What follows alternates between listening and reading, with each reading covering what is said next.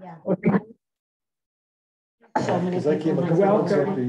everyone to the open meeting of the Needham Finance Committee. I'm Joshua Levy, Committee Chair. It's Wednesday, April 6th, 2022, and the meeting is being conducted in a hybrid manner consistent with current state regulations and is being recorded. Public access to this meeting does not ensure that there will be public participation unless the law requires it. This meeting will not have public comment except in connection with the first item of business, citizen request to address the Finance Committee. First, I'll confirm that a quorum of the members of the Finance Committee are present. When I call your name, please acknowledge your presence. Rick? Here. John? Here. Rick? Here. Jim? Here. Carol? Here. Barry? Here. And the chair is here. As a reminder, anything you share or state will be a matter of public record. The first item of business is citizen request to address the Finance Committee. If there's anyone in the room or online who wishes to speak, you can raise your hand, or if you're on the phone, you can press *9. I don't see anyone in the room. Is there anyone online? I don't see anyone online. Okay. So the next item is approval of the minutes of the March 30th meeting. Are there any comments? Move. Second. Discussion. We'll vote. John? I'm going to abstain. I wasn't present. Okay. Fair. Yes. Carol? Yes. Jim? Yes. Yes. Rick? Yes. And the chair votes yes. The next item is small repair grants. This is appearing as Article 11 on the annual town meeting warrant. I think we have Lee Neiman here. Yes, I'm bringing that in. Awesome. Thank you.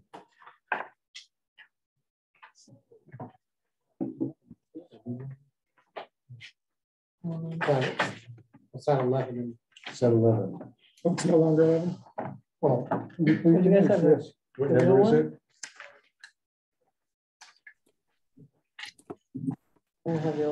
Well, this one, the last one we got was Article 6. Article 6. Yep. Sorry about that. I'm aware about that. Yeah, I see there's 6. Hey, welcome, Lisa. Welcome. I think Karen Sonnenborg, the housing specialist, might also be present if you want to admit her.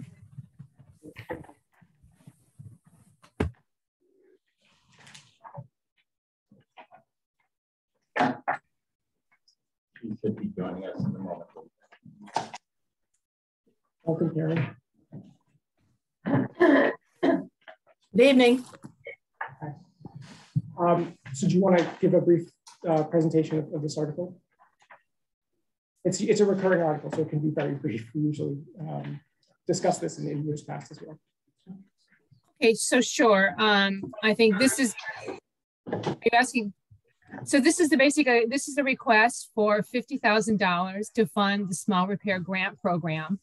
You're right, this is a reoccurring request. We requested, I think, funds for fiscal year 20 and for fiscal year 22. So this represents, I think, the third time that we're making this request for funding. And the purpose of the program, is to provide assistance to residents who are at 80% of area median income in terms of doing small repairs to their homes. The grants are, I think, in the dollar amount of $5,000. And I think we did a funding round, I think in fiscal 2020, I think we had 13 participants for this last funding round, at least the first phase of it. I think we serviced, I know, Karen, you can help me out here, I think around 9 households. And so we're asking to have this program refunded. And it provides money to do repairs for roofs, to do repairs to stairways, to do some repairs to windows and doors, and just minor repairs to enable people to stay in their homes. Karen, maybe you want to speak a little bit more about the program beneficiaries? Yes, we've done with the first 2 allocations of $50,000 each. We've done 2 rounds for each of those for those funding amounts. And in the first 2 rounds, we had a total of 13 participants. 1 dropped out given capacity issues. And then in this fiscal year 22, 2 rounds, we had 6 participants in the first round and 1 dropped out because they were moving. And in the second round, we had 7 participants. And yes, in the first go around, the maximum grant was $4,000. We upped it in fiscal year 22 money to $5,000. Really, the focus has been on health and safety improvements, small repairs. Because of COVID, a lot of the work has been on important kind of exterior work and railings and kind of home modifications for those who are getting along in years or have some kind of disability. I think that's, we're available for questions, but that's kind of where we're at. Yeah, go ahead. Kieran, are there any funds remaining, unspent funds? You know, given the fact that 2 participants dropped out, plus there were a couple of participants who we got the initial estimate was actually higher than the actual invoice. So there was a little extra money. At this point we have about $12,000 balance based on the amounts based on those issues. Thank you, my question. I make a motion to support the article. Second. Further discussion. Rick? Yes. Dick? Yes. Jim? Yes. Carol? Yes. Barry? Yes. John? Yes. And I vote yes. Thank you, Karen. Thank you very much. Absolutely. Thank you for supporting the program. I think it's been very beneficial. The next article that we're discussing is the zoning schedule of use regulations, brew pub and microbreweries. Want to speak to that, Lee? I think Adam Block is here. Is he present yet? And He is. I have a. Adam, are you able to set up the deck? Yes, I am. So why don't I do that? I'll share my screen and can you see it? Not yet, Lee. Have you enabled me on your end? You are enabled. Yep, sure. Should be. Is it showing? It is not. Huh. So give me a second here.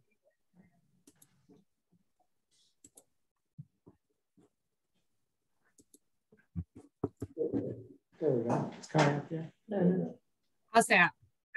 That's great. Good. Thank you. Tag team. Thank you very much. Thank you all for allowing us to be here and present our article for brewing. This comes to us as a result of really community interest. And I say that because over a year ago, an individual approached our economic development manager with keen interest in trying to establish a brewery in town, and was met with, I think, some internal town confusion. And our economic development manager, I think, reached out to Lee and reached out to our building commissioner, Dave Roach, who had effectively said that the use itself isn't currently allowed. The underlying uses, bottling, manufacturing, craft services, retail, are allowed in various areas, but not as a package. And so in an effort to be responsive, in an effort to consolidate the uses, and in an effort to create clarity in the marketplace, and further to promote diversity of mix of business in town, we thought that it would be helpful for all of us to clarify. And it was an opportunity for us to say specifically, what do we want by way of a brewery in town? And where do we want that use? So the planning board met with the select board in the chair and vice chair meeting, and there was mutual interest. We know that there's interest from residents in town for this, who would support this use. And so Lee, if you could hit the next slide, please. So what we've done is we've identified two categories of uses. One is a brew pub, and a brew pub is effectively a restaurant. Its primary use is food, and whose secondary or accessory business is the manufacturing and sale of beer on site, malt beverages. And then you'd be able to consume the beer on site. If you're having a burger, some fries, fried chicken, whatever the case is. You can also enjoy a beer, or if you wanted to be able to come in and pick it up and take it home, you can do that as well. The other part of the program is that 40% of the capacity for the facility would be allowed to be sold to other establishments. So 60% of the capacity would really be for be consumed on site, or is it to go in a retail capacity to be able to take it home. And lastly, accessory outdoor dining and live indoor entertainment would be allowed, provided such was allowed in the underlying district. So that's the brew pub definition. The second use is Lee, perfect. Oh, yes. Yeah, I didn't see primary as a defined term. What does primary business mean? So we've Lee, do you want to speak to the specific definition? We don't call out primary, we just say who's primary. How is primary determined? So primary. Well, basically, I think the use is defined as an eat-in or takeout restaurant, which has as the sale and the preparation of beer as an ancillary component of it. So it's embedded actually in the language of the definition. What Adam is giving you is an overview of what the intent of the definition accomplishes. But the actual language of the definition in terms of how it's specified is actually in the language. Do you want me to read the actual language of the definition? Well, yeah, I'm looking at the article itself. I don't see any definition. So if you can point me to it. It doesn't. No, just let me just. But it is. Let me just open my other. Sure. So the definition is basically a brew pub. And so it's, I'll put that open up. So that's on my screen now. So essentially it's an eat-in restaurant licensed under relevant local, state, and federal statutes to produce and sell malt beverages at the location, whose primary business is the preparation and sale of food to be consumed on the premises, and whose accessory business is the production of malt beverages. And then it goes on. So the first component of the zoning article is the zoning article basically is structured to create two definitions. One is a definition of brew pub, which is what Adam has just kind of explained to you in an overview. The next is the definition of microbrewery, and Adam will explain what that actually encompasses. And then the third component of the article is designed to define the zoning districts in which each of these two uses would be used or authorized. And in all cases, they're being authorized by special permit. And then the fourth piece of the article speaks to who the special permit granting authority is, because it varies between the planning board and the ZBA as a function of whether or not a site plan approval has been triggered. So shall we proceed then with the definition of microbrewery? How about an example of a brew pub? So imagine some of us might know, some of us might not. But sure. what would if under this definition, can you point me to a place in sure. Greater Boston that's the brew pub?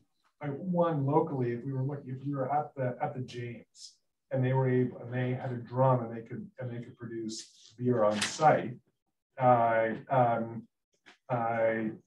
you'd be able to perhaps in that section where they have about 6 tables, if half of that was to be used for drum to ferment beer. I mean one that exists right now. If you were in Framingham and Shoppers World, there's a place called John Harvard's brew pub. If you've ever been there, if you haven't been there, you should go there. Great. Gotcha. I don't go to Harvard. That's a brew pub. It's a restaurant. When you walk in, you'll see on the right-hand side, there's an open area where you can see drums, but it's very small in terms of square footage compared to the square footage of the restaurant. The restaurant is really. So that's one that would fit this. The size of the building is probably, you can't really see where the manufacturing area is, but I would guess that the restaurant is probably 75% of the square footage of the building. And the majority of the revenue comes from in food and beer consumed in-house versus sold elsewhere. So it's a very close majority. Right. It's 40%. Right. Well, 40%. That's 40%. It's going to be at least 60 sold outside. At least 40% of the manufactured beer can be sold outside, so that they could sell 40% of the beer that they manufacture to the other package stores in town. So let me give you an example. Gross revenue, $100. Yes. $40 from outside sales of beer. No, of beer, $40 from food inside, $20 from food inside. Beer inside. Of beer inside. Yeah, right. That would qualify. What if we flipped the 40 and the 20, and 40% of the inside sales were for beer and 20% were for food? We haven't established it by function of sales. Why not? Wouldn't that be simple? Well, there could be a scenario where that 40% of the beer is more profitable to the business for the sale to other establishments. So why would we want to restrict that? I don't see how you can enforce this without some definition, Mr. Chair. So, well, I want to ask a question. Are brew pubs allowed to sell alcohol that they don't produce? No. Yes. They're not? The brew pub here is defined so that it can only be, I should take a step back. It's an excellent question, Josh. We envision this, that they're effectively selling their own alcohol. If I go with my 7-year-old and have a burger, he's obviously not, or my 9-year-old, he's obviously not going to have the beer, he might have a soda, but we wouldn't expect that they would necessarily be selling other beers on their own. Could they sell scotch or wine as part of their overall liquor license? Yes, we haven't restricted that. I'm trying to think of brew pubs that I've been to, and I've only seen menus that has the list of their beers. Well, I'm thinking I mean, there are other drinks too, like ciders or, you know. Right. Cider, go ahead. I'm just trying to get a distinction in my own mind. Yes. A brew pub would be such as the one that we're talking about now to the place in Framingham. If we're not talking about being able to sell your creation to another restaurant in town, how is that fundamentally different than an existing restaurant now? So is the only distinction being able to take your product and sell it to somebody else wholesale as opposed to selling it in your own restaurant? I'm trying to get a distinction of what makes it different than Cook's, right? So if Cook were to produce its own beer on site, maybe their drums are downstairs, right? Gotcha. So if they do that, we envision a scenario where if you wanted to have beer, they would sell their own beer. Would they potentially sell other beer by the bottle, if not their own? Possibly. Would they be selling for that 40% of their beer or other alcohol to other establishments? No. The only sale of alcohol that's authorized is their own beer. So if they, for instance, wanted to sell the beer that they make at Cook or at the James to the Reveler and Needham Fine Wines, they could do that. But that was the trigger in which we decided to ensure that the majority of the business is driven by, first by the restaurant side, and secondly by the beer side. As opposed to a microbrewery, it's the inverse, where it's a much larger facility. They can produce a much larger quantity. They can sell it wholesale or retail, however they wish. And the secondary part of the business would be by food. Follow up, if I may. Yeah. If I understand what you're telling me, then why bother? If I'm going to sell my product to a customer, or I'm going to sell a product that I buy to my customer, yes. why do we care? Sure, it's a great question. I went with my wife and our son to one of these facilities. My wife's not a beer drinker. She instead wanted to have a Pinot Grigio. So my son had lemonade, and I had an IPA, and my wife had a Pinot Grigio. It's now I enjoyed the beer. I bought a case of that beer and took it home. And but my wife would not be able to pick up a case of wine from there and take that home. And she would not be able to take vodka home or something like that. I'm thinking that the distinction in the definition is one of licensing. You license restaurants, right? The select board would give a liquor license for the sale to a restaurant. I don't know that we really license restaurants, but certainly we have planning board and ZBA requirements because restaurants have to be by special permit.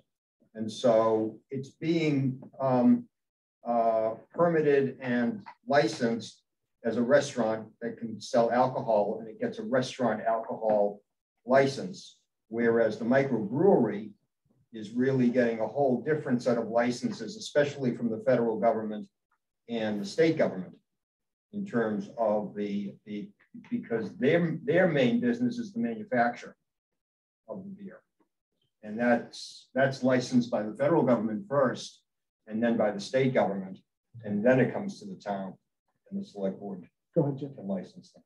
Mr. Chairman, I thought that if you were a restaurant in Needham, there was only a certain percentage of your total sales that could be dedicated to the sale of alcohol. I'm not aware of those regulations. Could I ask Mr. Davison? I believe it was either 20 or 25%, and I believe that they actually need to present on a yearly basis what those figures are. The select board has loosened up on those requirements, but there is still a ratio, which I can get back to the finance committee with that information. So to me, that ties into Dick's comment and what the only thing I don't understand. I don't have a problem with whatever the hell they call it, the brew pub or whatever. But I just think there needs to be a more defined way of explaining what qualifies and what doesn't. And I would not want to have a different qualification for a brew pub than what any of our restaurants that have been here for years and years have in terms of requirements. In other words, you'd like to see a scenario where it's consistent. Right. And if the James, for instance, wanted to enter into the market with someone else on a different facility across town, for instance, then it would be consistently applied between their operation and their operation. I understand that. I mean, right now, the whole, in the old days when Needham didn't want to have a lot of drinking in town, one of their ways that they enforced that was to say, okay, we're going to give you a liquor license, but you can't be a bar. You can't have, X percent of your revenue dedicated solely to the sale of alcohol. It's got to be primarily food. Now, you come close to it, but I don't think you really come where you need to be. The distinction here is these brew pubs would have the ability, as I understand it, to make retail sales, where restaurants do not have the ability to have retail sales. Well, they can't. I don't know. I thought the governor said you could now bring out still booze. You can still carry out booze now, right? Because after the pandemic. COVID notwithstanding, I understand. Right. So you can still do that. But we're talking about a glass. I think that's you're talking about. I mean, how much are they taking? What are they going there for? A case. These are bottled or canned. These are pre-bottled or pre-canned, not for immediate consumption. Well, I think the fact that you're mixing it with an existing restaurant operation, I think you're giving an advantage to them that I don't think the other restaurants have. Right. You're starting in the definition of brew pub, you're starting, the very few words are eat-in restaurants. So you're basically talking about restaurants and you're potentially treating them differently, this type of restaurant differently than other restaurants that we have in the town already. But they have a manufacturing. With respect to Let me finish. Well, can I finish? Yeah. He asked how, and so it's because they are allowed to sell a greater percentage of alcohol there than another restaurant under the current regulations, which we will ferret out and get to understand. That to me is they're not on the same landscape. Eat-in restaurants are not on the same landscape.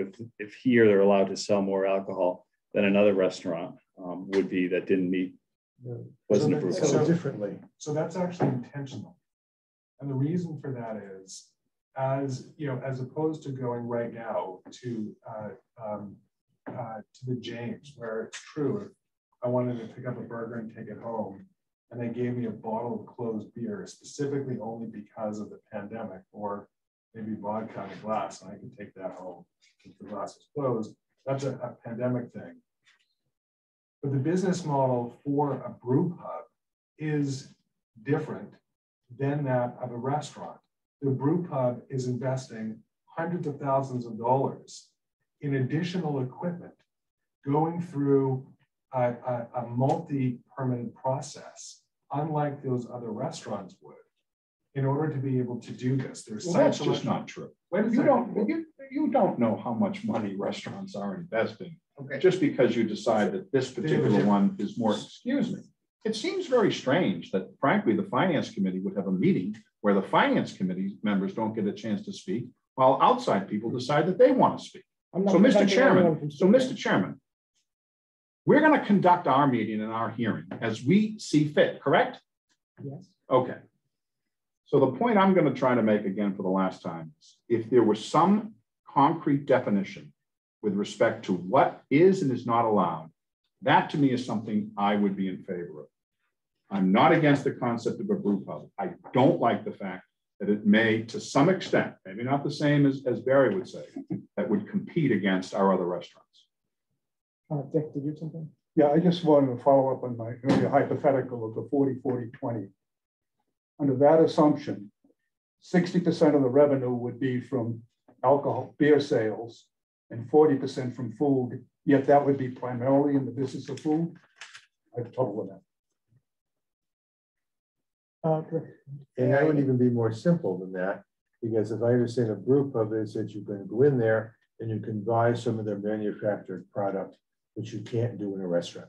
So for me, that makes the big distinction. Forget about the percentages, because I can walk out with a case of beer at a brew pub and I can't do it at Cook's. Yeah. And so in essence, for me, it would be as clear as can be, because that makes a different distinction. It doesn't overplay a possible burden on restaurants here who've been here a long time, because it truly is a different model.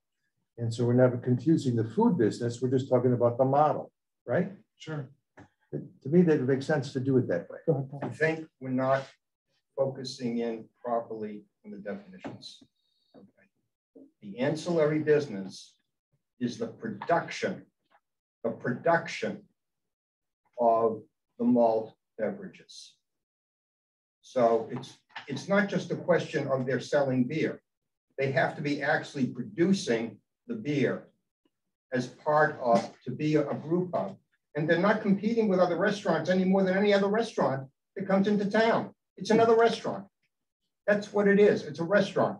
They happen to be able to be licensed to manufacture their own malt beverages. And so they can sell retail what they are manufacturing. In the example that Adam gave, his wife ordered a glass of wine. She cannot buy a bottle of wine at that restaurant.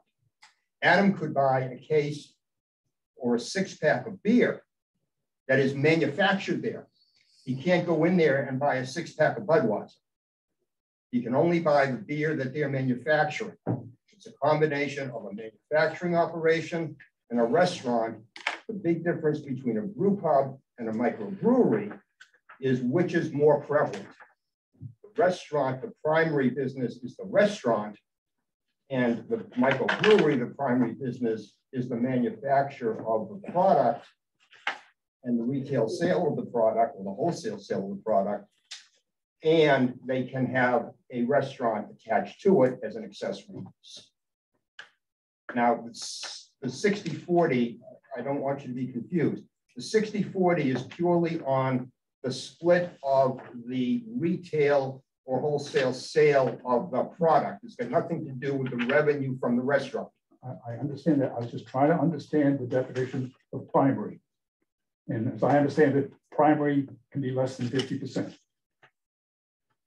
In this world, it does. Doesn't make sense to me. Just telling you that. Yeah, that's the problem I have. And I also just have the problem that I think that, you know, the other restaurants in town have a certain obligation. And I think, I'm not saying it has to be the same, you know, because they are different. You know, it's apples and oranges, but there is some consistency there. And I would just like to think that we were treating all of our good businesses somewhat similar. I have a question. How has this been handled in other towns that have faced this same question?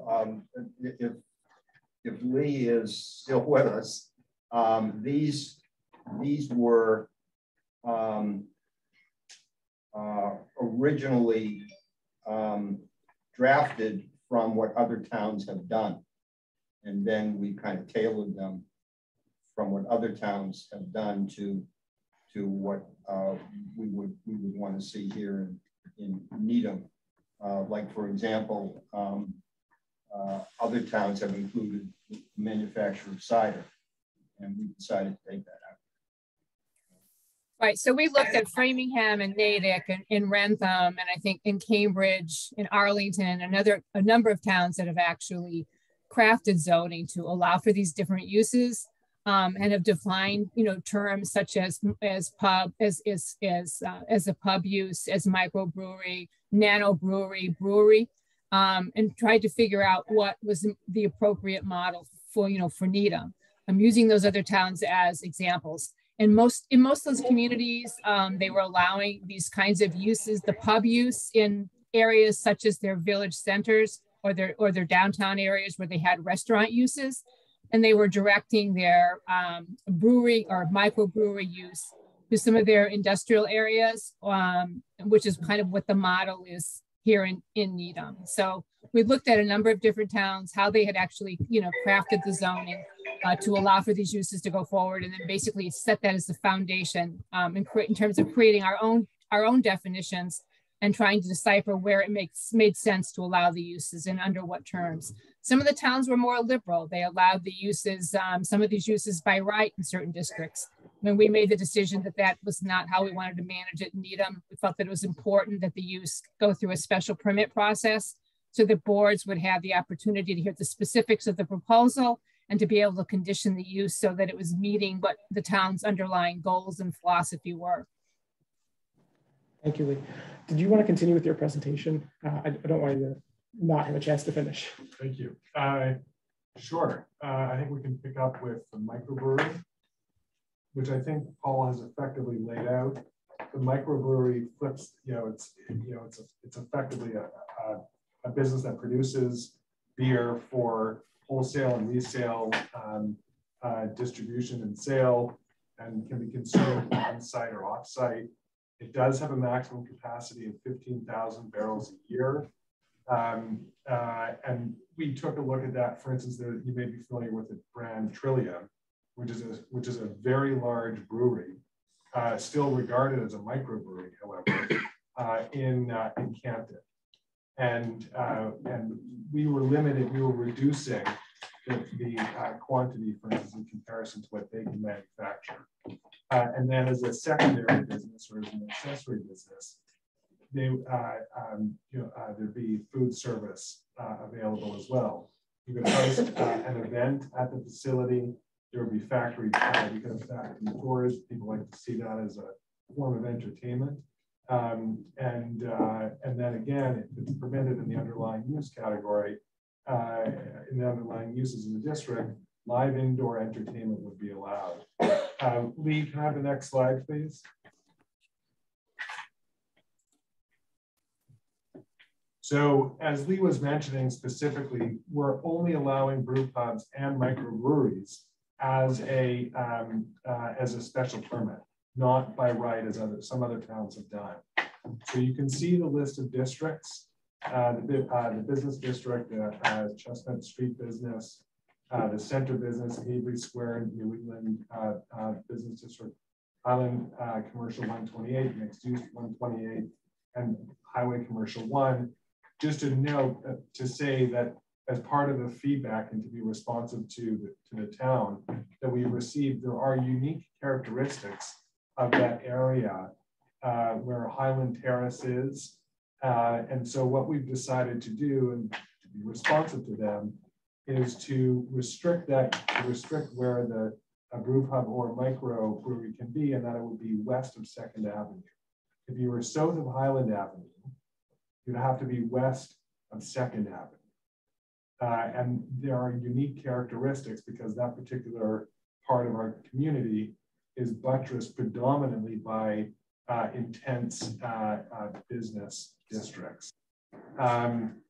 And then Lee, if you could hit the next slide, please. Well, I just want to add one thing there, Adam, because it's not reflected on your slide, and that is on the Chestnut Street Business District, which is not on his slide. It is also further restricted based upon input we got from the public hearing, and that is that the only portion of the Chestnut Street Business District where this use is being offered is the area that's, I think, south of, I think it's Keith Place. Right. Down, and on that side of the Chestnut Street District, which abuts the MBTA railway. And there's a portion of the Chestnut Street Business District that fronts along Garden Street. And that area also has been eliminated because of its adjacency to residential development across the street. Thank you, Lee. Okay. I have to update that slide for town meeting.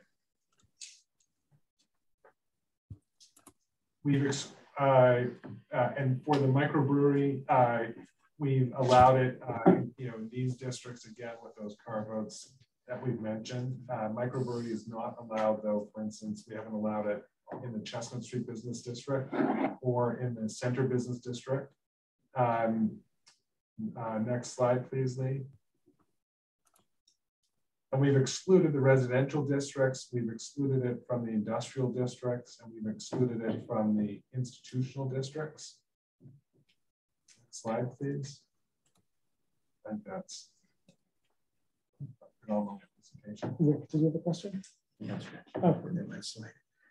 Go ahead. So the other very similar question I would have is that in this second definition, again, you have this ancillary use or accessory use, excuse me, that it could be an eating or takeout restaurant that include outdoor dining. You could also have entertainment and so forth and so on. And so my question would be, again, should there be any limitation on what that ancillary use or accessory use should be? I mean, if it turns out to be more of a restaurant, I don't know, then does it then morph into the brew pub as opposed to the microbrewery? And it just seems to me there should be some, barriers or some, put it into a box as to what it is. So that's one comment I would have. And then why was the industrial area excluded? I appreciate the question. We actually had initially included it in the industrial area. A number of our industrial districts are actually surrounded by dense residential. And an earlier draft of the bylaw had allowed it specifically where within 150 feet of Arbor, which is effectively on Highland Avenue, where it's very near 3 Squares. And we thought that was an appropriate use for it, but perhaps less so in other industrial districts. And we've received some community feedback on that. And some would like to have it in other industrial districts. And so in an effort to not single out one area or the other for now, we've excluded it completely from the industrial districts. And if town meeting or a citizen petition would like to come forward in the future to further allow it in another district, that would be something that we would take up at that time. But we certainly don't want to have perfection be the enemy of good. In terms of the financial impact, I mean, I think it's positive to have these in town to generate more business. It sounds like there's a discussion that maybe there could be a detriment to other businesses in town. I don't see that, but I'm open to hearing that. Well, I'm talking about an even playing field, Mr. Chairman. No, I agree with you. And if it's not even, then that could be a detriment. Well, you just said you don't see a detriment, and I think there's a detriment if it's not an even playing field. Is there, and I guess this kind of gets back to Dick's first question, is there some definition of materiality to be called a brew pub? You know, like, you know, can you buy a home brewing kit? I'm being somewhat facetious, but buy a small, you know, really small manufacturing, whatever, and call yourself a brew pub for. Well, I think we haven't I seen think it classified that way in other towns in the analysis we conducted. Lee, did you want to say something? I was just going to say the use, I mean, the use itself is not allowed by right. So whoever's proposing this is going to have to come in front of the planning board or the ZBA and lay out exactly what it is they're proposing and the details of what they're proposing. And I would hope that those boards would assure that the objective of the bylaw is met before they actually issue a special permit, and they condition it to ensure that the objectives and the intent are actually represented in what's actually allowed. I mean, so there is, you know, that was one of the major reasons why we decided that this use needs to be a special permit use, and it needs to have that kind of oversight.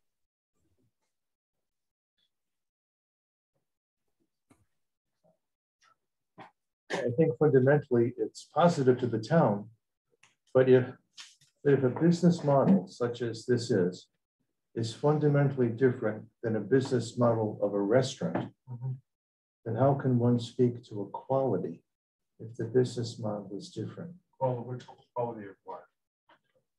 Equality. Equality.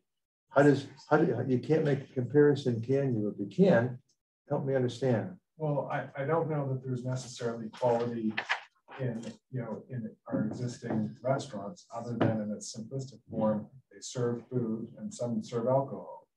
But the food is different, and the quality of the food is different. The consistency of the food is different. The type of food they serve is different.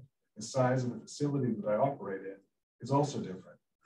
I do think what we're talking about is a different business model, a different business, and that we allow, does the town determine is that type of a new business model something that would be attractive to the town? And some of the things, some may say, for instance, that having a diverse mix of business in town adds to the quality of life in town. This can become a destination use, which can be beneficial. And in some communities, where someone comes in to partake in that facility on their way home or on their way to their car, they may stop by another retail business and patronize other businesses, which can be another boon if it's a destination business in that way.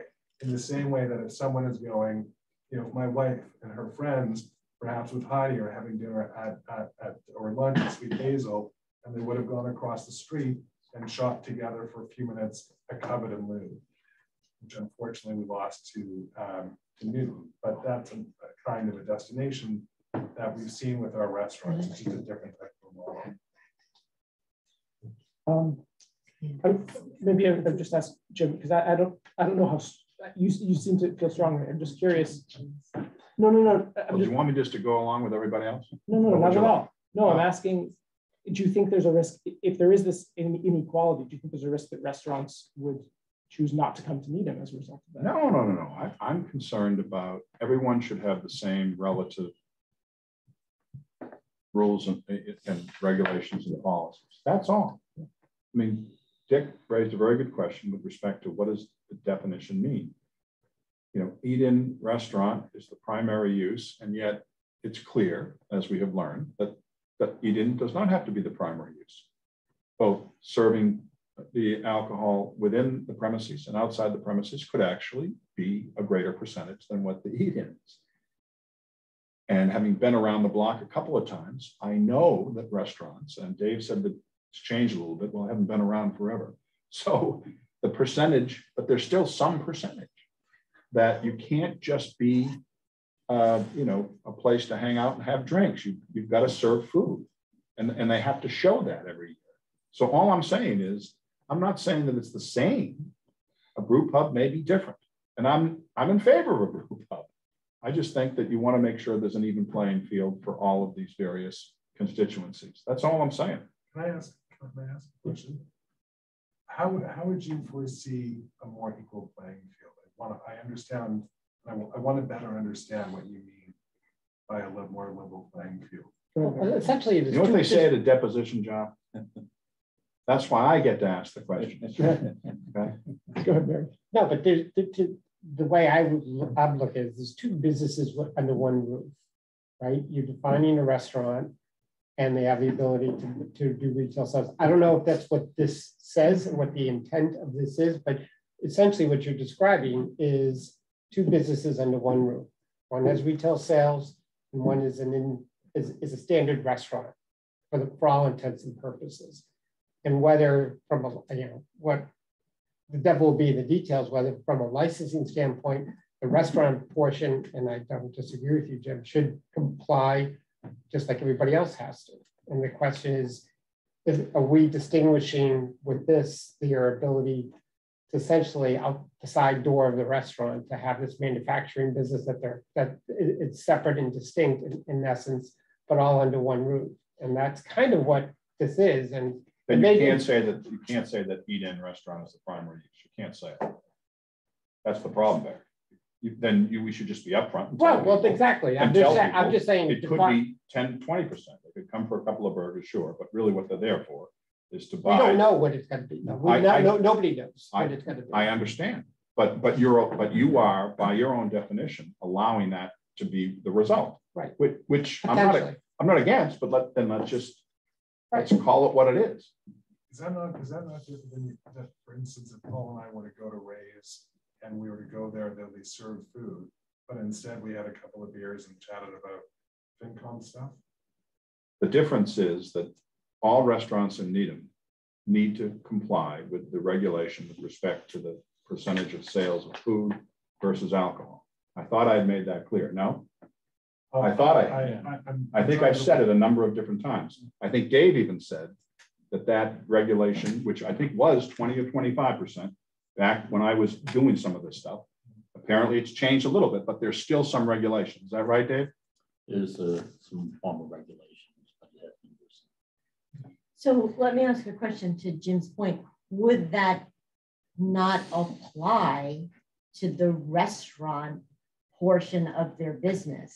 And then so you're only talking about the sale of cans or bottles or cases. But my understanding is that this, and so though it's like a restaurant, it's not a restaurant. But I mean, so maybe what you're saying is that should apply. The restaurant rules should apply to brew pubs absent the manufacturer. That wouldn't be in the bylaws. That would be a licensing determination, separate apart, correct? That's what I was about to say. I have to admit, this is something that the planning board didn't consider because it's not within our purview. It's, you know, we don't deal with that license. That is, and correct me if I'm wrong, Dave, that is a function of the liquor license that the select board would give.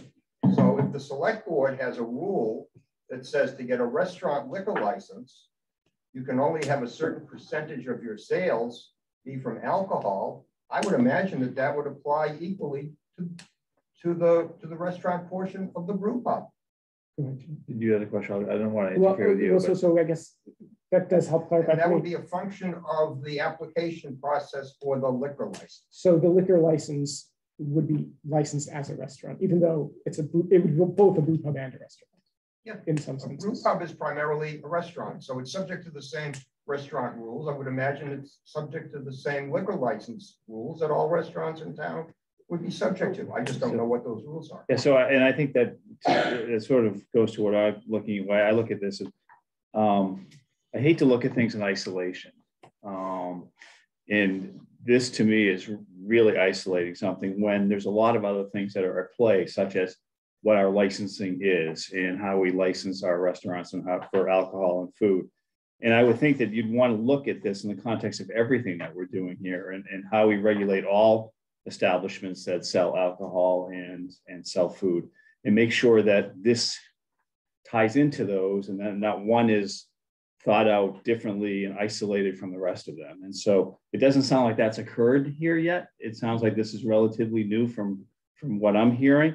And it doesn't sound like the select board has been involved for saying how we comprehensively look at how we're licensing all of our food in alcoholic establishments. To me, I would like to see that process take place. And I'm not speaking as a finance committee member, I'm speaking as a town meeting member. I'd like to see that process take place and have this be done as part of a comprehensive look where we're making sure we're not isolating innocently. I know it's not intentionally, but innocently, and just do it in a comprehensive fashion. And so that's what my issue again is it, and that's probably why I probably won't support it at town meeting. I'll probably vote for it as a finance committee member just because I understand the financial impact. But I think we need to do this in a comprehensive way. Just the last point on this last element of our discussion. We got to be careful that the microbrewery exception doesn't swallow the brew pub rule, because the microbrewery says, oh, you can occasionally serve food too if you want. And I just think the whole thing needs to be looked at. I would agree with John, probably with a finance committee hat on, I'm going to vote in favor, but I will be a vocal opponent on the floor of town meeting. And to that point, I want to point out that where we have distinguished between where a brew pub can be and where a microbrewery can be, because the microbrewery is essentially a manufacturing facility. The business districts, when I say the business districts, the Center Business District, Avery Square, Chestnut Street, can't have a microbrewery there. They're not allowed there. Brew pubs, yes, they're restaurants. This is an area where we have restaurants, but to have a manufacturing microbrewery, no. That's a function where we're allowing it in the New England Business Center. We're allowing it in the Highway Commercial 1. We're allowing it in a good portion of the Highland 128, in the mixed use 128, in the areas that now are more manufacturing friendly, but we're not allowing them in areas where we are allowing brew pubs, which are essentially restaurants, in the business districts. So yes, that's a very important distinction. And the state licensing, if you look at the state licensing for these types of establishments, they're quite different. And the state licensing would be involved here. So one question, do we need both? I mean, so why are we looking at both? So we want to enable in the marketplace both uses, and we want to enable them in different areas for the. So I understand the different areas, but it, does an owner of a microbrewery also establish a brew pub? Is it, I mean, there would be separate businesses in separate places. Another further distinction, perhaps, with the microbrewery is that it's driven by capacity. It's allowed to brew up to 15,000 barrels a year. One barrel is equal to the equivalent of 31 gallons. It is a substantial amount of production as opposed to a brew pub, which would have a much smaller level of production. It would require a smaller footprint of business. The drums would be smaller and there would be fewer. So it is a very different business. Do we, as members of the finance committee, do you feel like we have enough information to take a position at this time? I think I would like a better understanding of how the liquor licensing marries in with this permitting of a brew pub. Yeah. I don't think I can make a decision Is the right select now. board taking this up yet? I don't know. I'd like to have their Only discussion. Send it to them and they send it back. Right. So we can, so that Dave says that they have not yet. Right. So we can wait until then. Okay. I do just want to mention, for what it's worth, that how this got started was that the What's Amy's title? Economic Development Manager. The Economic Development Manager brought this to the Select Board. And the Select Board brought it to us, and we had a joint meeting where we discussed it, and the Select Board said, this sounds like a great idea to us, but the first step is we need to allow the zoning, so Planning Board, you run with it for a while. Yeah, so let's see the process finish. I mean, that speaks to it should finish. You should bring it back to the Select Board, see what their discussion is about it, and then we can take it further after that. So we'll probably bring this up April 20th. That's our next meeting, if that's okay. 20th. Are you in town? That's the Wednesday after Patriots Day. I don't think we need. They're welcome, obviously, but I don't think they're needed to. I think they've made their presentation. I just want to give them the option. No, I know, I understand, but I don't think. Yeah. We may, if you would accept it, we may perhaps, submit something in writing. Absolutely. You could zoom in. You can zoom. You can zoom. Yeah. Okay. Thank you for the presentation. Thank you for your comments and questions. I appreciate it. The next article, thank you for waiting, everyone, is Emery That Grover. one should be pretty easy. Emery Grover article. This is for construction funding. We have some room at the table if you'd like to come. I guess I'll begin by giving a brief summary. The chairs of Finance Committee, Select Board, PDC, and the School Committee met on Friday to discuss some of the numbers that came out. So there were some cost estimates that came in about $2 million higher than initially estimated.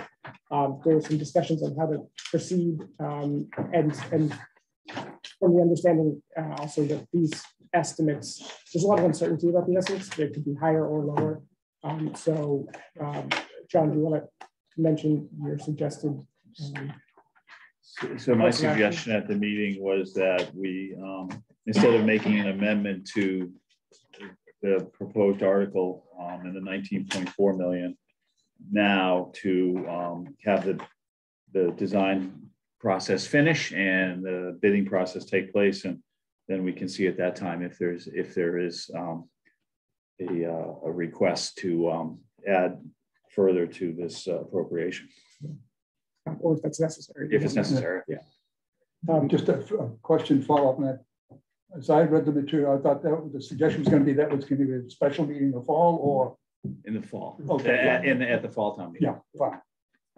So Dan, do you want to? Well, yes.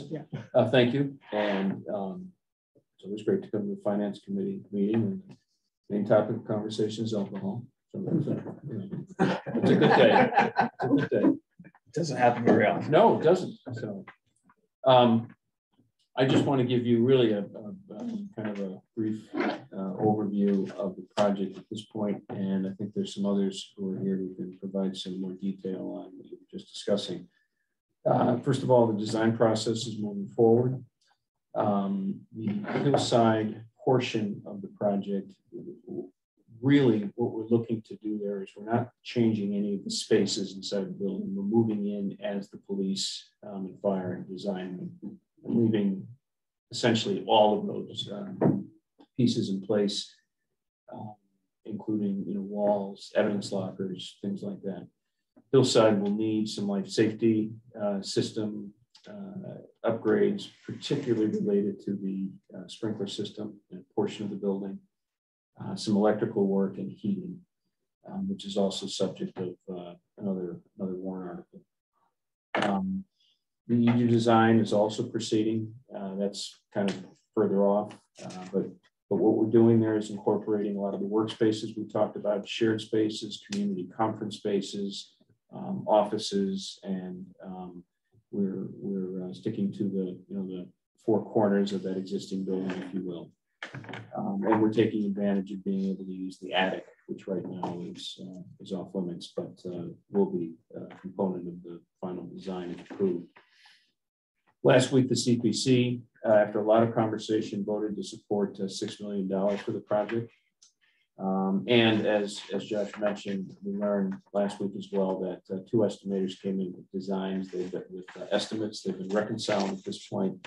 And according to those estimates, that the project looks to be at this point $2 million over due to the market what's going on in the world and energy and labor issues and all that.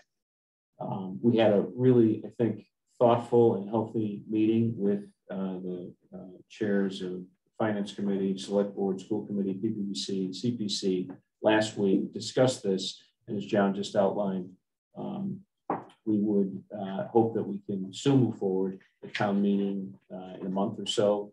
A request that was originally requested, finish, and the architects are going to have to work really hard and really fast to finish the design and get bids prepared by early October, I'd say, so that we can see whether or not there is a shortfall.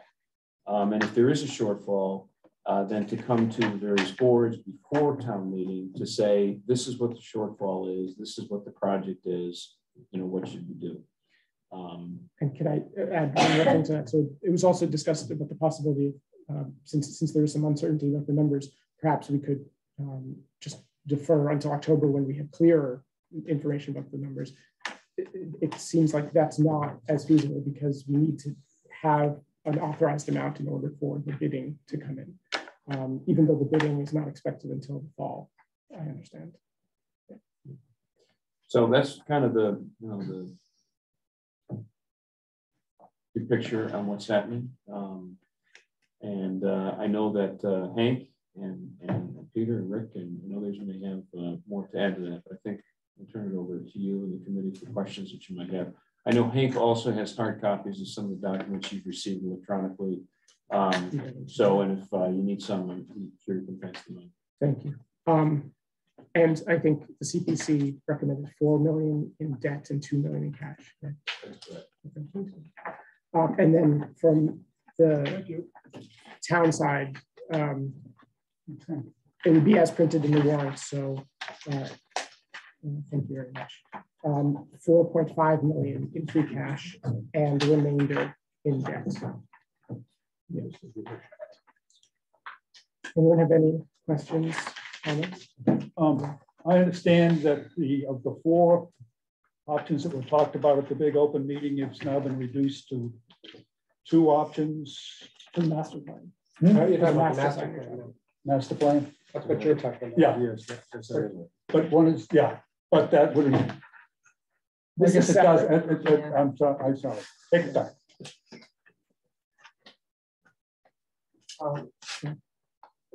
Is there any thought to changing any aspect of the scope of the project as a result of the cost estimates? Well, let me just jump in there. I know that Hank can talk about some of the value engineering that's been done so far. I think what we're proposing, as I said, at Hillside, it's de minimis. There's really not, it's just to kind of get us through. And at EG, it's not, we're not looking to do anything that is luxurious by any means. I would hope, and I think the conversation last week was helpful, that we can go with what was originally a good plan and estimate for this project and go forward and see what actually happens. Maybe we catch a break and things stabilize in Europe and around the world, and the labor market gets better and gas plummets and all the supply chains improve, and so that we can stabilize the cost. There's a contingency, 20% contingency, that's still part of the overall project. So I would hope that we could move forward with what was planned and then see where it lands, depending on what estimates are, the final bid documents and everything are. We may have to have a different conversation. Hank, did you want to add anything about the ability to, or the feasibility of reducing the scope to reduce the cost in any way? Yeah, if you look at this large sheet, there's the feasibility cost estimate, the calculated cost.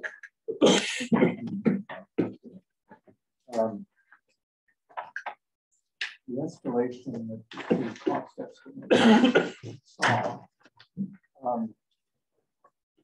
is largely due to the current environment. And they were seeing up to 1% per month cost escalation in projects. coming in from bids during the past year. The total bottom line, PBBC was very interested in maintaining that 20% contingency. And they were allocating 3% to the bid contingency, 7% to construction. So construction is if we run into things we're not anticipating, which always happens in a renovation of the building. And then the owner's contingency is related to other potential market conditions. But as with every other project, if it's not spent during the project, it gets rescinded back to the town or not borrowed. The ability to award the project in October, we believe that there would be sufficient funding with the 19.4 to award the contract. But then the question, and you've heard George Kent talk about a skinny rabbit before. The question is how much contingency do you carry forward after the bids are in? And we prefer not having to come back a third time, I should say a fourth time, till we run into other conditions. And if the bids come in sufficiently low and closer to the feasibility amount, then it may not be necessary. So I have a clarification about that. So if you said that you think you do have enough in the 19.4 to award the bid in October, if that's the case, do you still anticipate coming to town meeting to ask for additional funds? I believe so, yes. In order to shore up the contingency? Yes. And that'll be totally dependent upon what those bids are. So I guess I'm amenable to John's suggestion, but my fear is that we have 2 million now that we're going to defer to the fall.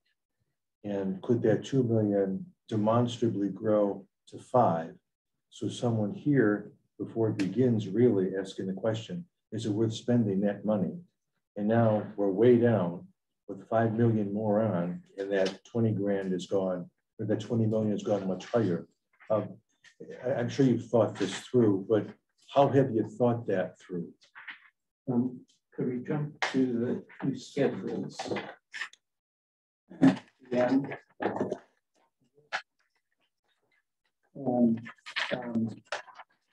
There's one that's dated for 4/22, which is the accelerated schedule. You have to look over to the right-hand side of that, where you see that the bidding documents would be sent out or become available on the 1st of September.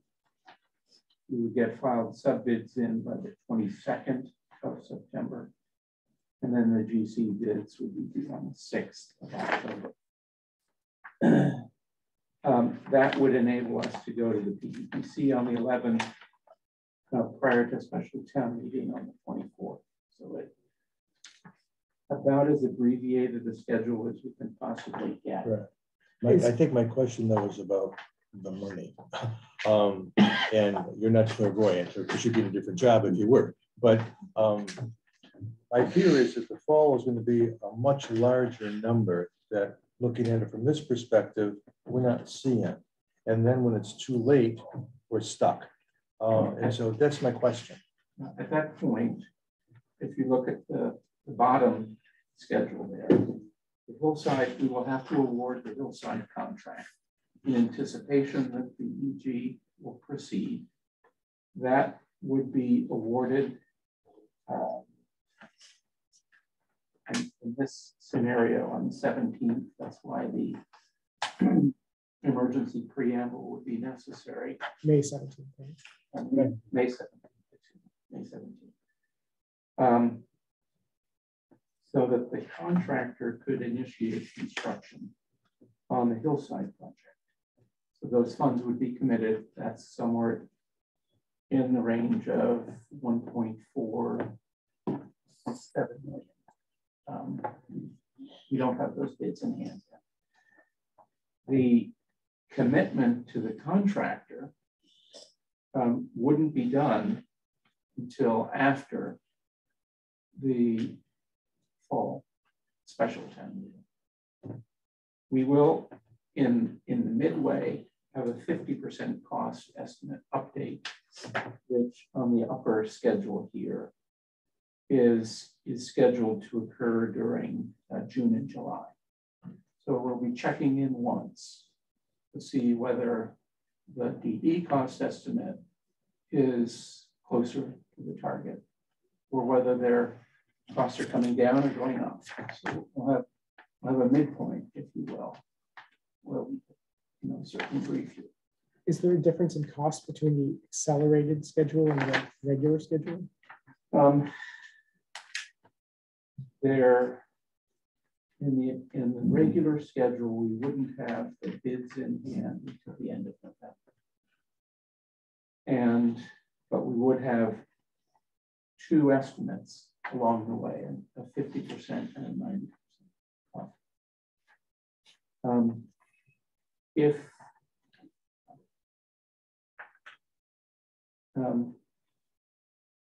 costs in the marketplace these days have been escalating fairly rapidly, but they're very sticky on the way. That's what we've observed. And the shock. Yeah, exactly. Yeah, very surprising. So nobody's surprised by that. Oh, and so we won't know definitively until we have the bids in. So Rick, can I understand your question? I think maybe I don't understand it. We basically want to say, at what point do we start looking at whether this project is becoming too costly? Is that what you're kind of asking? Based on what we did when we were together upstairs, I think that train has left the station. Okay, so then I think that, although in all honesty, I was in favor for it then, and I'm kind of skeptical now, but that's right. It's done. So then my point is saying is, right now we're deferring a potential $2 million to the fall. Yeah. And not amend the thing today and make it clean in a couple of weeks and go forward.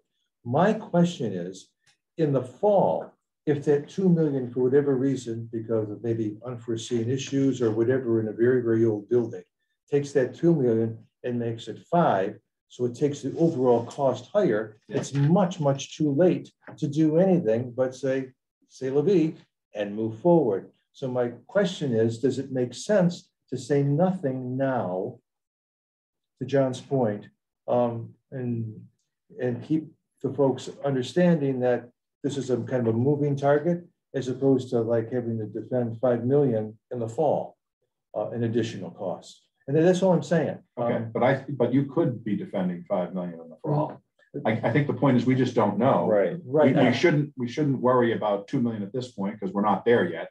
But the problem is in the fall, we don't know what that number is going to be. Right.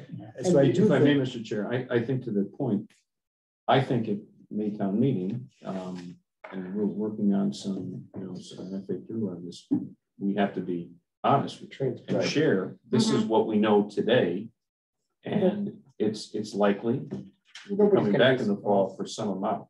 So at least it's out there. But I think that's right. But I think perhaps this is Jim's point. There is some amount. I mean, what if it's 10 million in the fall? I mean, there is some point where I think we need to work within our budget. I understand. From a funding standpoint, is there an issue? And hypothetically, in our ability to borrow incrementally beyond the 2? That's probably the bigger, the more relevant question. You're inviting me, and I'm going to say nothing to that.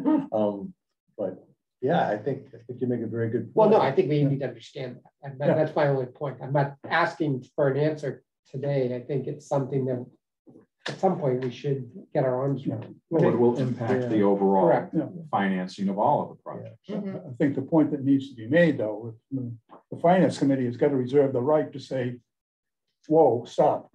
This is too much money total, we've got to redesign. If the number goes to 10, there is some upset number, in which case I think the finance committee has to be in a position to say that's too much money and we've got to rethink how we do the project. Not that we don't do it, but we got to rethink how to do it. Right. I think that's what I was trying to, that's what I think Rick was trying to say. And I agree with that. I think we simply have to keep one foot in front of the other and get the best information we can as time goes on. But at some point, it may come to us, as Dick just says, that we need to re-examine it. Right. But we don't have to worry about it today. No, we don't, you know, but if the bids come in, so right now the bids are projected to come in at 16 point. Well, I'm just at $14.7 million for EG. I guess that's how it's supposed to. Is that the acronym for EG? So 14.7. So let's say that hard bid comes in October at 20 million, 6 million over. To your point, I think that's a discussion that's going to need to take place as to whether or not that's an appropriate increase for this facility. And that was the point that I was making that the superintendent picked up on. Now was the time to talk about all of that stuff. And so those that have to vote upstairs understand that in the fall, they may get hit with 5 million and they may come back and not want us to cut like you might want to. And then it speaks a whole other issue like we had earlier last year. And I'm just trying to avoid that. And sometimes talking about all that stuff makes more sense than that. That's all. I guess I would suggest or encourage to get the best value. I mean, like, let the process go and try not to worry about the October 24th date because it's a special town meeting. It doesn't have to be that date. We've had special town meetings in November. I mean, I feel like that could be moved for the sake of the project. No, but I think for what they're planning, the sooner they can get to bid, the better off they're going to be. Right. So your bid in October is going to be better than your bid in December. And so, you know, if you use the term accelerating or whatever term you want to use, do everything you can to get to your bid as quickly as possible. And that's what you're doing. And that's what you should continue to do. So just so I understand, by approving this now, are we in essence pregnant with this project as is, or is there the ability? We don't think we're improving anything. No.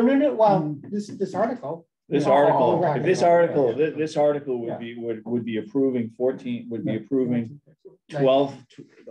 million for EG hard construction. Right. It's the first step. It's the first step. Right. Well, it's the biggest step outside of the second outside of the design funding. But yes, but then you're going to say if that's your money, you should be designing a project to come in at that. Right. And we've already pretty much, as Rick said, we've already made that decision. Right. We're already going in that direction. But if it turns out to be 18, 19, 20, 24, 25 million, that's a different story.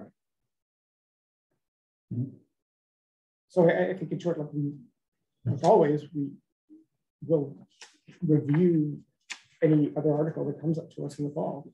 And just because we recommend this article doesn't preclude us from taking a different position on another article. No, but I think Rex makes a very good point again that should be articulated at the town meeting. Yes, I agree. I think it has to be. It'd be disingenuous, I think. Exactly. I totally agree. Yes. And that's what we discussed at the chair's meeting, that would take place. At the very least, Mr. Chair, we want to share, all of this in a form that people can digest, but including the estimates. So I wanted to bring up a point. That's is the makeup of the 19.4 million appropriation, and whether or not 4.5 of free cash should be part of that. I, for one, have some reservations about using so much free cash for a building project such as this. That's, our usual practice is to borrow because it's a project that we're going to be using over 50 years or more, and to spread the costs out over that period of time.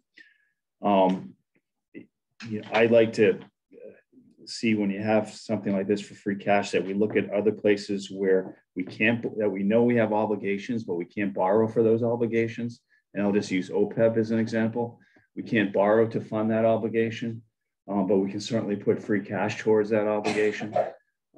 We can always borrow for projects such as this. We've done in the past, we will here, and we're going to do in the future. I just have reservations about allocating that much free cash to something that I think borrowing is more appropriate. And also, I think we should be looking at other uses for that free cash. And I'd like our committee to have a discussion about that. A question that also apply to overlay surplus, that in effect is exactly functional equivalent. Correct. Yes. I've had conversations with Dave about this. My understanding is that the use of free cash overcomes some of the objections that the finance committee has had in the past about the debt burdens, the coming debt burdens with all the construction projects. It does, but it also, I mean, everything needs to be looked at in a balance, right? And so, you know, this particular situation that we're presented with at this point in time, you know, there are obligations that we have that we, as I said, we can't borrow for. And isn't this an appropriate time to look at some of those and see that it might make sense for us to put some money towards those? I don't know if the school should get the benefit of not only our debt management policies, but also our free cash. That to me is what it boils down to. You know, the rest of the town and their needs also need to be considered. And so I agree with John. I think we should look to see whether or not there is another alternative use to be used for the free cash, because we know that debt financing is there. Now, if someone said to me, well, Jim, then you must understand that then the ability to finance other projects in the future from the school side might be impacted. I would say, yes, I do understand that, but they don't get all of the money. So we do have another. If I may, I'd rather express that. I'm sympathetic with the thought, but I'd rather express it in terms of capital projects, for long-term capital projects versus specific departments. I think that's the issue, is what's the best way to finance long-term major capital projects versus a given department. Right, I agree. And I didn't mean it that way. I meant it just saying, this is an opportunity for obligations that we know we have in front of us that to look at them freshly. And that's what I would like. That's what I would like our committee to do. Gotcha. I agree. I'd like to see what that list would look like. Truly to speak to it line for line where the money should go. Number one. Number two, to Dick's point a second ago, he made me think as he said it, if we increase our borrowing that we're sitting on Hillside, High Rock and Mitchell and Pollard, is that going to have any effect on any of that stuff down the road for this committee to have to talk about? That's down the road a piece, but part of the bigger picture. Or DPW. Or DPW for is a good example of it. And this might be an opportunity to put some money in the capital improvement plan, forecasting that project coming up ahead of us. That's the mindset I'd like us to get ourselves into. I don't have an issue with the 19.4 or that, but it's the using the composition of it. I guess I almost look at it differently. I mean, I think we talk a lot about funding reserves, and I think we've debated whether we've got too much in reserves in other places as well. And I think if we really believe there are areas that are being shortchanged, I wouldn't necessarily disagree. I guess based on all the budgetary discussions, I haven't gotten the sense that we're shortchanging other aspects of town, that there's significant unmet needs that, given all this free cash, should prioritize towards. I look at it as a huge benefit that we do have all this free cash, that we can minimize our borrowings given how much we have in future capital projects. And the debate that this whole school master plan debate revolved around the problems that we have with our debt capacity and timing and whatnot, such that if we think it's prudent to use this free cash, I think it's a fair question, but I would be actually more in favor of using it for, to mitigate future borrowings or give us more capacity, I should say, for future borrowings, given what we know we have to deal with over the next 20 plus years. I think there could be middle ground. I mean, some of the free cash could be used for other expenses like OPEB, but there's also the capital facility funds. There's over $1.9 million there, and Emory Grover would certainly qualify to use those funds on it. Yeah, absolutely. And we get hit with the $2 million overage. I think that might be a good discussion. Park it there for a while. No, so, I mean, I don't think that it's necessary that I view it that would shortchange anything. I'm just trying to look at our future with all our obligations that we have in front of us. I think it's very fair. I guess. So it's not to make up for something. We should just look at the list Right. because Barry, you're saying this is where you think it should be. We don't even have the list. So I would love to see some ideas about where we think this money should be spent or allocated or parked or reserved or whatever the case. All right, so would people be opposed if I put together something? No. And, No, that'd be great. Dave, when is the projected 100% funding date for the retention and OPEB? Is it 2033 or something like that? It's I just got an update. It's somewhere in that ballpark, though, isn't it? It's near 40. Near 40 now? Okay. It would be helpful, I think, projected what the funding level is going to be to hit that target going forward. And where we stand relative to. We're 36% funded on the OPEB. No. I mean, I'm talking about, I know in general relative to other towns as well. Oh, we're way ahead of other towns, but we are 2 foot tall in a 1 foot world, and the basket's still 10 feet. I see it your way. John, the whole, so free cash, is this article, how does this intersect with the CPC and their free cash? So my understanding that CPC and two excellent people behind me can clarify it is that they've approved a fund at 6 million, which is 4 million in borrowing and 2 million of your free cash. Okay, but that's separate from the other free cash. Correct. Yeah. So there's if under that model, their free cash and our free cash would be $6.5 million. Yeah. So and this is again my problem with it. So if I was looking in your world, CPC, to me the biggest project that I would love to see get done, who knows, in my lifetime, are all those housing improvements that you're doing at Chambers and Linden Street and so forth, and even going down to Cook's Bridge.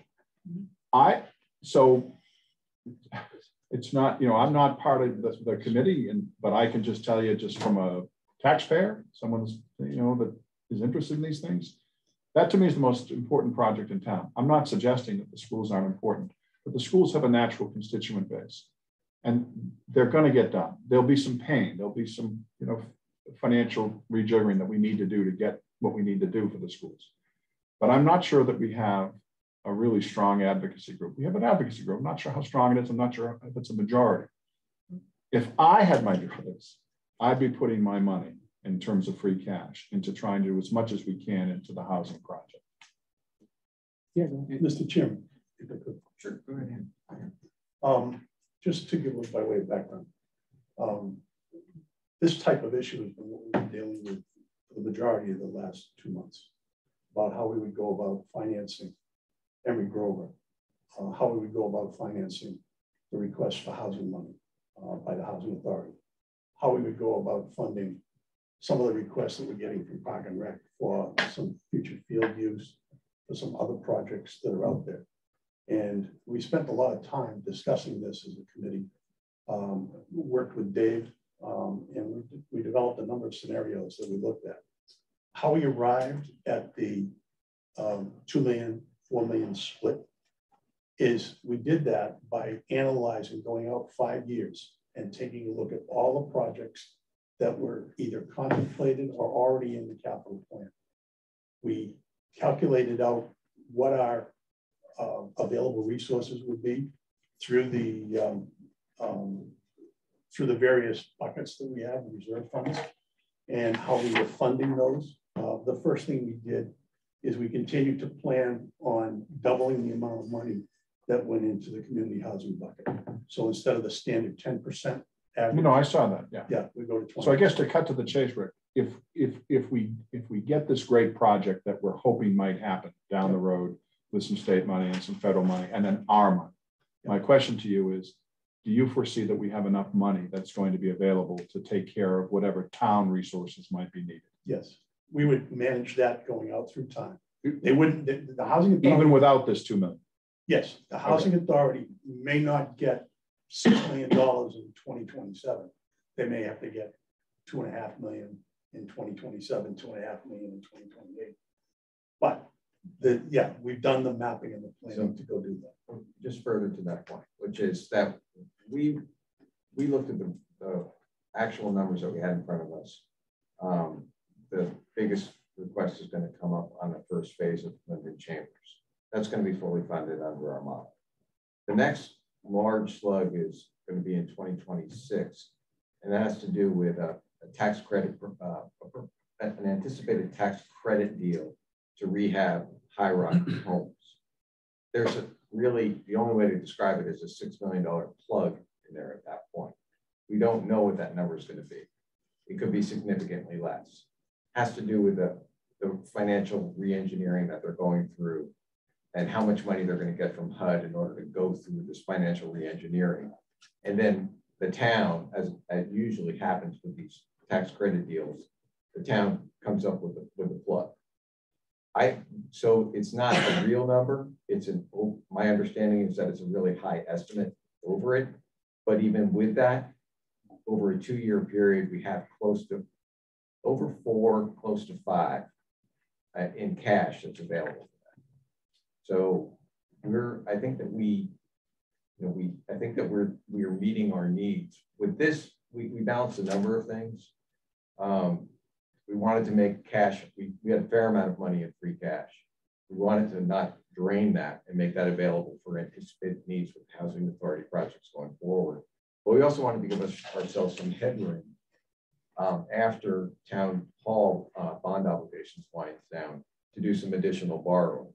So we're constrained with, we can borrow, we have a limited amount of funds. We can borrow against the 2%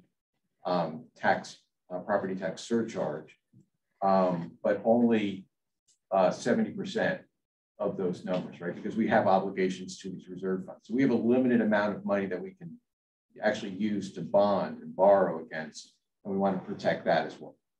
I'll be very simple. Sorry. I just want to make sure, Jim, yes, that at some point in time you don't come back, because I want this in the minutes by Zambone, that you're going to say, if we just had another 2 million, we'd be in good shape.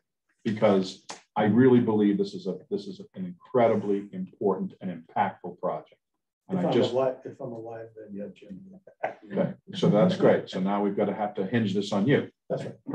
If you want the yes. Well, I hear him saying they'd be better off if they had another 2 million, but it doesn't look like they need it to get to. That's why we went to the 2 and 4. Yeah. It gives us more flexibility. But it sounds to me like we need a bit more information on where we could put, if we want to put the free cash somewhere else. But I don't think I hear any substantial disagreement with this article, just about funding. Yeah, could I ask Dave, could you share with us the rationale for why we have this particular allocation? Take into account it's 2 factors. Take into account the concerns previously expressed last year about the amount of debt. If we have an opportunity in order to reduce the amount of financing necessary for the project, that was deemed as a good thing, to the point that everybody's been making. We have an exceptional amount of free cash, in part because we deferred spending free cash for a few years, and basically it's been rolling over. And we have the ability to reduce the amount of debt that would be incurred, hence giving us future flexibility within 3%. That was the original reason that was incorporated. Secondly, interest rates are now marching up. And unfortunately, I'm marching up in terms of the borrowing aspect. They're not inching up on the investment side. And so the cost of cash, we won't be earning enough to defray the interest that we'll pay on the 5.5 that was all borrowed. Yeah. Dave, since we're focusing on free cash, I have in my notes, last meeting, or the last time we talked about this, we referenced 5.5 million in free cash, or are we back down to? It's 4.5 plus 1 million in overlay. I think there's the balance of free cash is 800,000. After, if all articles are passed. If this warrant passes as printed, you would have just under $1 million for free cash rolling to next year. But that probably would not be available in October. Oh, I can almost assure that it wouldn't be available. Wouldn't it make sense to then do a reserve then, so that we could spend it in October? Well, as I've said in the past, I have no objections to putting the funds into the stabilizations. Certainly, that's one and the same. Of course, with free cash, you have greater latitude in terms of the use of it, but certainly putting into reserves also effectively reserves the funds to deal with future costs. Okay. We're borrowing, projected borrowing rate is like 4% now. Are we looking at? The bonds that were approved last night carried a coupon rate of 5%, and in the out years, in the year 13, 14, 15, they dropped down to 4 and 3%, but the yield on those were much smaller than yields in the early years. And if we were going to borrow under this, we're probably borrowing in 2023. No, there would be no borrowing in 2023. It would be in 24, and it's looking at about a 24-month period where we'd be issuing finance notes, over the notes and bonds. And so the issue is, what are the interest rates likely to be 24 months out from now? And if we knew that, we wouldn't be sitting here. I would bet they're going to be. Tell me how much. Yeah, we'll both make a video. Okay, we can wait to vote on this. Yeah, I'll come up with a schedule, a proposed schedule that we can all look at and talk about, and I'm sure people have different thoughts on it. Perry and I will have different thoughts on it, which is fine. But I think it's an important discussion to have. And I feel strongly that this free cash, that's under $1 million of extra free cash, should be put into the reserve fund. I would actually ask for a motion so that we can ask the select board to make that a warrant article on the special town meeting warrant, if that's possible. We may not have discussed that, but yeah, again, my problem with that is depending on which reserve fund you put it in, right, it's locked in that place. Right. Whereas it's very flexible while it still sits in free cash, and it can be recertified again, right? Yeah, it will be recertified. It was only to concern that someone expressed that it won't be ready for the special town meeting. Yeah. Gosh, is there any reason why you expect it would be needed for the special town meeting? Well, there's already been an indication that there could be a need for additional funds for Emery Grover. I know, but so do you want to use more free cash for that, or do you want to use, borrowing for that? See, we're now into the same discussion again. I mean, I'm thinking not in terms of cash and borrowing, but I'm thinking about the reserves we already have, the capital facility fund. I mean, we have monies in reserve that I think should be used for a project like this. Well, that's okay, but I don't think we need to put more money into them. Yeah. I guess I'd be inclined to not do it for October.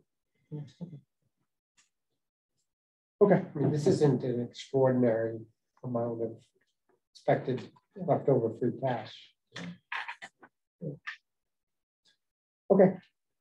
We'll discuss this on April 20th, I think. Thank you. And thank you, everyone. You very much. Appreciate it. Thank you. Yep. The next article is Hillside heating repairs.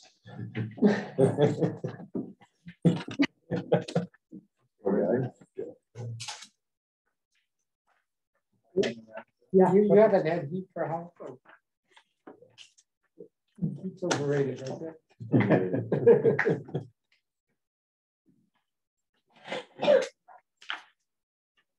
Do you, Hank or Dan, want to discuss these? You know, I think I would have to defer to Hank, because there's been so much back and forth about what's the right thing to do, so. Okay. We, in the back, the 8.5 by 11 sheet, the back side of it, went through and looked during the Hillside design several alternates to understand one on this topic. Would it be less expensive to put in an all-electric system within the building compared to a repair of the one boiler and repair of the existing system, and then adding an air source heat? And what we came up with was, if we were going to go all electric and use the air source heat pumps, it would be more expensive than the hybrid condition, which involves fixing the existing heating.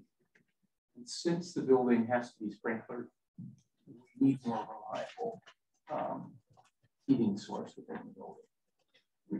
It's one thing to at least suffer through the winter without that boiler going, and it was not good. And we don't want to repeat that again. So this hybrid system involves using that $275,000 in this warrant article to replace one boiler and do repairs so that there are two boilers that are operational. There currently is no demolition date set for the building, so it's going to remain in use. And once the school admin moves back to Emory Grover, the building doesn't need to be air conditioned anymore, except maybe the cafeteria where the IT department may remain. And so by putting in the heating system repairs, then the town has the asset, they can use it for storage or whatever other temporary use. It would not be able to be reused as a school. And that the building inspector, fire chief have all made it very clear that to reuse it as a school, 100% of all the necessary upgrades to bring it back. So is what's the rationale for keeping this separate from the previous warrant article? Initially, we thought that, initially the warrant article 22, the PBBC will be managing both projects.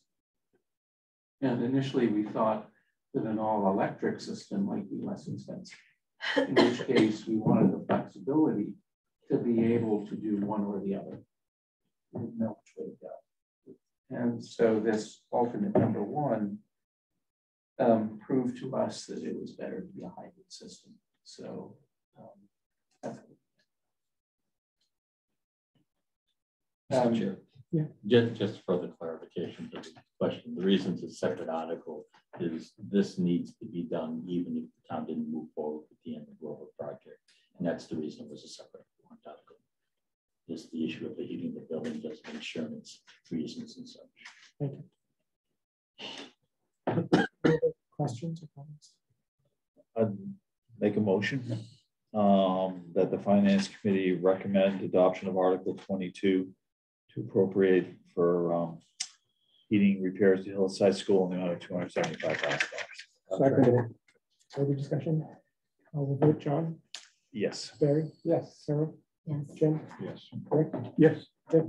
Yes. And the chair votes yes. Next article, general fund cash capital. We discussed last week the town side items. I just wanted to make sure that we discussed the school ones as well. We have the school Director of Finance, and go out of here. And Dan. This is the second time she's got up and about to go. Bring her back. So I was just hoping to give you an opportunity to explain some of the requests in here. So I know there's the rooftop unit replacement at Broadmeadow and Elliott. My understanding this is for design, not for construction, correct? Yes, and that article is actually coming to me from the building maintenance. Yes. That's Cecilia's contract. Thank you. More We wanted just some too much money, right? That's what we were. Right down the estimate. Just wanted to understand the costs. The next one is school copier replacement. That's pretty standard, right? It is. It's just our annual replacement cycle. School furniture and music, I think that's also standard. Yeah. School technology replacement. Also standard school replacement. Is that for, I guess, iPads and personal one-on-one equipment? The one-on-one devices like the Chromebooks and the iPads don't typically have a life that meets the definition of capital. So these things are funded in the operating budget. These are more desktop units, servers, network infrastructure, and things along those lines. Printers. Projector, video displays. Yeah. Video displays. Anyone from the committee, please interrupt me with questions if you have them.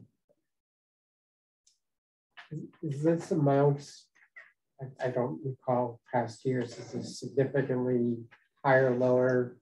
It's approximately the same. That the annual funding that ranges probably between 500,000 and 600,000 or 650. It's in that sort of 450 to 650 sort of range. Any other questions? I would entertain a motion. Yes, I'll be happy to make that motion, which would be to recommend adoption of Article 26, appropriate for general fund cash capital. But I thought we were still waiting for Cecilia's information on Cecilia. Cecilia. I'm sorry. You're absolutely right. Goodness gracious, Josh. I'm sloppy. I'm sorry. Okay. So we have more information in the schools. Thank you. We'll move on to the next article, which is also schools Pollard Rock retrofits. Do you want to give a brief introduction? It's a building maintenance project, but and I think Cecilia probably has presented some of that information. The big idea there is, the town's maintenance department over time has been addressing renovating bathrooms at Pollard. And the locker rooms are in dire straits. So this is part of the continuing maintenance of the building. Chair, just clarification, it's actually under the PBBC. Not the DPW building maintenance. It's under the charge of the PBBC. Okay, thank you. Go ahead. When they started the process, they thought it would be under the $500,000 number. Going through the process with schools and with the design team. It ended up over that threshold. And so it becomes a PVC project as a result. How does this interface with the proposed timeline to rebuild Pollard? Well, that's the $1 million question. The idea is to the degree it's feasible and possible, whatever we do now at Pollard is like incorporated into however we renovate. And the idea with Pollard, what's on the table, is to renovate Pollard, tear down the modulars, but renovate the structure. So, whatever we're trying to do, I'm hoping that we can be thoughtful about, let's not do no harm, but do everything that, we've been able to do. But as far as the timeline, I mean, that's, it's been the subject of our ongoing conversations. But is there a risk that these new lockers would be removed after a couple of years? No. I mean, the reality is, again, we're looking to renovate Pollard, not, tear it down. If we were looking for, locker rooms at Mitchell, it'd probably be a different conversation. To different schools, so we would need that in different program. But the locker rooms are adjacent to the gymnasiums. We're not proposing to tear those down. They just went through a bit of a facelift. So I'm hoping that, it's not to say the hallways wouldn't be impacted or egresses, but I'm hoping that whatever we do can be something that stays with that building. That would certainly be the plan for renovation. I don't see, Mr. Chairman, how you can stand still. You can't stand still completely. So unless there is a desire to do a renovation of the gymnasium area or the locker room area as part of this overall renovation, I don't see any problem with moving forward on this. Rick, do you have something? No, just Hank wanted to say something. Oh, thank you. If we are fortunate enough to be part of an NSBA study, we will have to go through an analysis of a renovation, an addition, or total tear down and construction. That's part of their process. In a middle school program with the NSBA, you're not allowed to have two gyms. You're also not allowed to have a separate auditorium. So those assets in renovation are an excellent existing asset that you would want to do. And the location of these locker rooms, well, they might be expanded in the future if sixth grade goes there, but I think we would try to keep this asset in place the same way you would keep the existing renovated bathrooms. But now they're almost unusable. So something needs to be done. Okay, that's helpful. Question, Dave, premium surplus, that's the stuff when we bid a bond that. Yes, these are very exotic concept. Yes, these are premiums that were received before we were allowed to apply to reduce the principal. So the only other option is to apply to an appropriate to a similar purpose, which these were ones were generated from the Cindy Williams School. So the Pollock School makes perfect sense. Further discussion or motion? I would make the motion, Mr. Chair, to recommend adoption of the article 27, appropriating for Pollard School locker room retrofit. Second. Discussion. Votes. John? Yes. Barry? Yes. Carol? Yes. Jim? Yes. Nick? Yes. Rick? Yes. And I vote yes. Thank you. Thank you very much. And get going now. We want to talk about the school lunch program. What do you know about paper deliveries? Yeah, last article. Paul, thank you for reading. Joe, discuss your citizen petition. Sure. This petition arose primarily after I got my dog and started walking 6 or 7 miles a day through Needham neighborhoods, all kinds of Needham neighborhoods, and noticing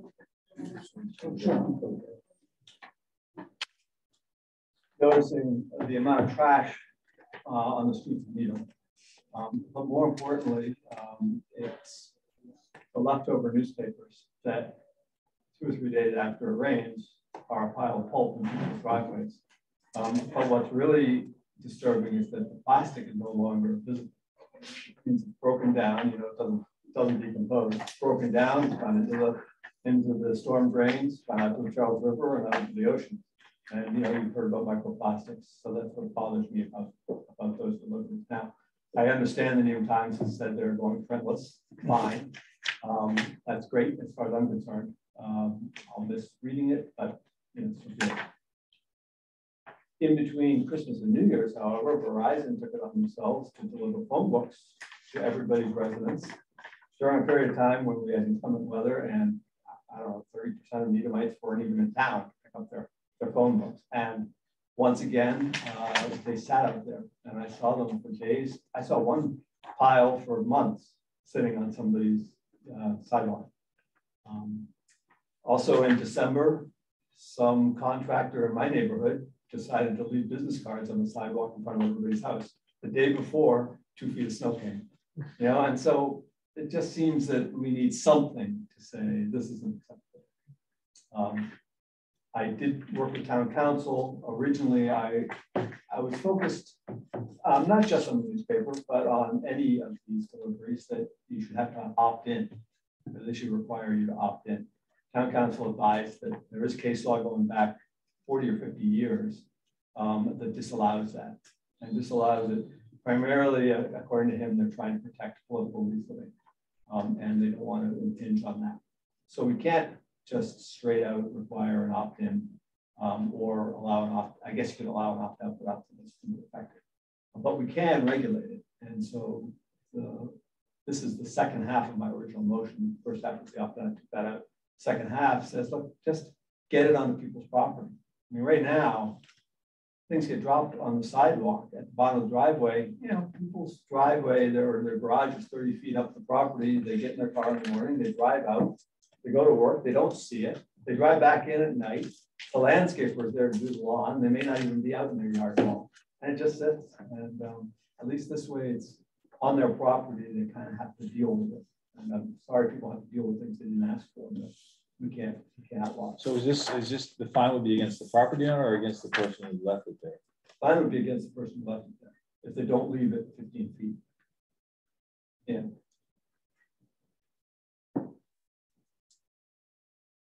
But they leave it 15 feet in and the property owner just leaves it there. It's on his property, right? You can leave all the trash you want on the property until the neighbors, right? You could stick a boat in your front yard and nobody's going to say anything until the neighbors complain.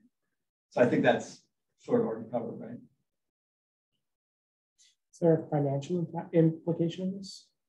I mean, you guys are the experts on that. I don't think we're going to send squad cars around with measuring tapes trying to see if it's 15 feet or not. Well, I guess if there was enforcement, that would be an extra cost. I'd go for this if there were a $50 fine for leaving the newspaper in the bush. The gloves can be a bit of a scavenger hunt every morning, but well, if there's enforcement, there's a fine to go along with it. So I think that would offset that. But it would be based upon like neighbor complaints, I imagine. There are going to be patrol cars going around looking for things. Well, it's like any of the other petitions. Yes, like the trash barrel one. Right, or not that didn't pass, but even like we were talking last week about the sidewalks, right? About shoveling your sidewalks. I asked the question, how much have we collected? Which actually I think somebody's researching, hopefully. But the answer, I'm sure, is like 0. I mean, having probably walked these streets every day for 20 years myself, with a dog or without a dog, I'm very sympathetic to it. It's certainly a praiseworthy cause. Right. Junk is junk, no matter if it's on a sidewalk or someone's front yard. But is it monetarily de minimis? So in essence, then to take a position on it may be inappropriate for this committee, but as town meeting members, I suspect vote in the affirmative for that. When I went to get my signatures and I've talked to people in my neighborhood, everybody's been in favor. Most of them say, yeah, the guy down the street never brings in his paper. Right. Yeah. But again, everyone knows one person. Egan Times is so light now, it blows all over the place. Well, it's going away. It's going It's going away. away. Exactly. Yeah. That's the biggest culprit, actually. Those phone books. Well, the phone books were were out out there. too. I never got anything. I never got. What's a phone book? Yeah. Well, just as a side, on the front to promote the phone book, they said it's the original search engine. Well, that's clever. Yeah, well, would you have the original Model T? I don't think so. Mr. Chair, I recommend that the committee vote to take no position on this on the grounds of its immeasurable financial impact on the town. I would second it. Further discussion? We'll vote. John? Yes. Barry? Yes. Carol? Yeah. Jim? Yes. Dick? Yes. Rick? Yes. I vote yes. Well, Hopefully I'll get town meeting members' votes. Town meeting, yes. You will. Yeah. You will, Paul. The next article actually is going to be withdrawn amending the fiscal year 2022 operating budget. So we're at updates. Next meeting is April 20th. I hope we don't need another meeting, but if we do, we'll probably do the 27th. Are we supposed to record our stuff this year? Yes. That hasn't come out. Those instructions. It's not yet, no. Louise, I'm not going to be here physically. I don't know if I can call them or not. Be here in spirit, please. Motion to adjourn. Next week. Maryville, Tennessee. Is there a second? No, Second. Okay. The 20th is the next meeting? Yes. We're going to Tennessee. Voting on the motion to adjourn, John. Yes. Sarah. Yes. Carol. Yes. Jim. Yes. Yep. Yes. Yeah. Yes. I vote yes. For the weekend. Good night, everyone. For the week. So, Three days. did everyone see that John